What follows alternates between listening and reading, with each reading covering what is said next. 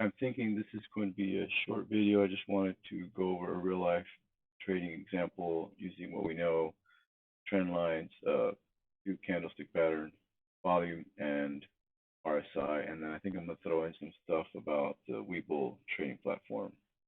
All right, so here we are at Webull, our trading platform. I am not in paper trading at the moment.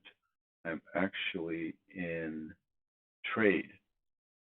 And I found this particular stock. Doesn't really matter right now. It's a small penny stock on NASDAQ, not over the counter. And what I did for the trading day was I marked off the opening, right, 9:30 a.m. This is U.S. market, and 4 p.m. And so we started off with some trend lines for the day, and I just picked this one, as you can tell here, lower the support and the resistance, because I came in about right here, so I didn't know about this yet. I have down here a separate volume chart, and I have our RSI, relative strength indicator. So now if we zoom in to where I was about right here. Yes. Now, so I come here, and I wanted to make a trade. I wanted to buy something.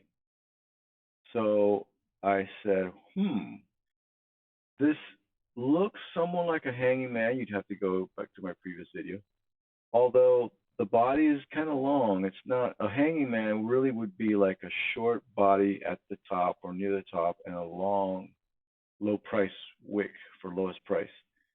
But in any case, it's supposed to signal a change in direction, and it did. You can see that here we go, increasing on this side and then decreasing. So I was right about that.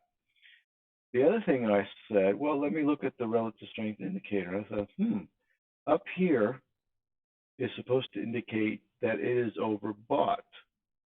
So now remember, the chart only came down to, like, I think we were here or here. And I should have been clear that, it's flattened out. But I saw this overselling over here and overselling over here. I thought, well, it's going to get oversold again, right? Won't it? So I said, why don't I put in an order at 2008, a buy order somewhere in this area. And I did, and I left it alone. And as you can see, which of course I did expect, but I thought maybe I caught it early enough, right? To do at least one buy and one sell. That was my original intention. Buy a little down here, sell it up here. I'm paper trading, right? So I'm just practicing. And then I can sell, or I can hold, depending on what everything else looks like.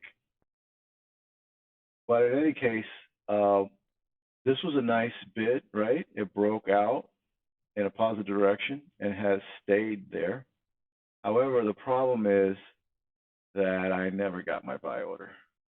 Perhaps I should have drawn a very short term, but I mean, I don't know. Maybe if I would have done that, I would have said, well, maybe my 2007, 2008 buy order is too low. I would have tried a little higher. That's one thing. But just reviewing, we did expect this to do something, right? Because the trend lines are converging. But we couldn't have said it was going to go up, I don't think, at this point, because they're kind of horizontal, they're like the resistance line seems to be trending downward faster than the support line, and they're converging because volume is decreasing. So let's see, every time we have, as you can tell, every time we have large swings, we have volume here. Where am I? Every time we have large swings, we have volume. Here's another large. Here's buying volume here, pushing the price up.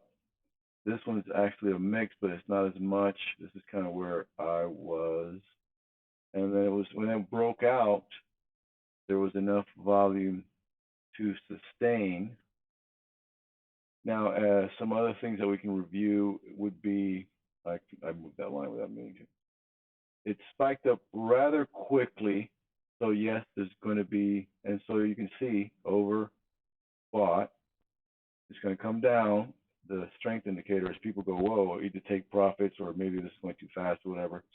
But then it's a good thing it started filling in this possible gap.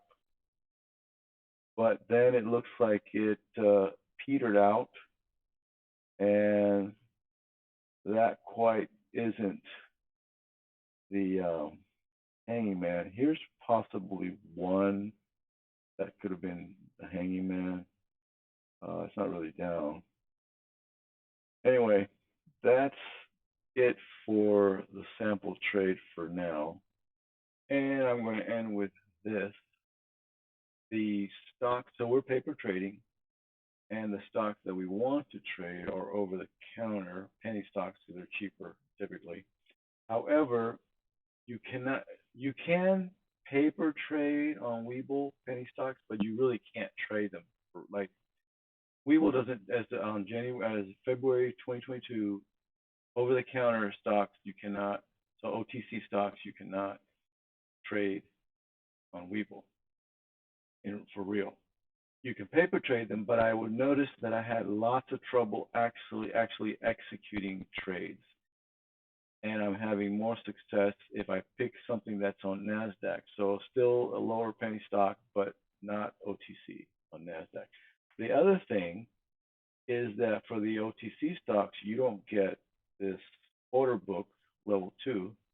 You can't see the activity, and you don't get time in sales, which you can get, by the way, from here. You get this drop down menu, which you already know about, and you can pick those two widgets. And so you don't get that. And then there's also, it's not here. I think it's trade, maybe. Let's go find out. Price ladder.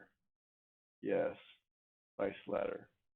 So price ladder is kind of like a level 2. It's supposed to be a simplified way to order.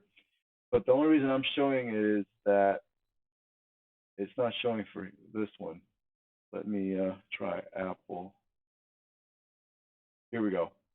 It gives you the spread, which I really haven't talked about much. I guess I should throw that in there. What is spread? Well, it's just really simple. You have the bid price. This is the price per share that buyers are willing to pay for a share. And then over here is the ask price. This is the price that sellers are asking for their shares. The spread is the difference between the ask and the bid. And typically the tighter the spread plus volume means you can have your trades, a better chance of your trades actually executing when you need them to. If the spread is too far, you got to be careful. So that's all I'm going to say about that, and that ends this video.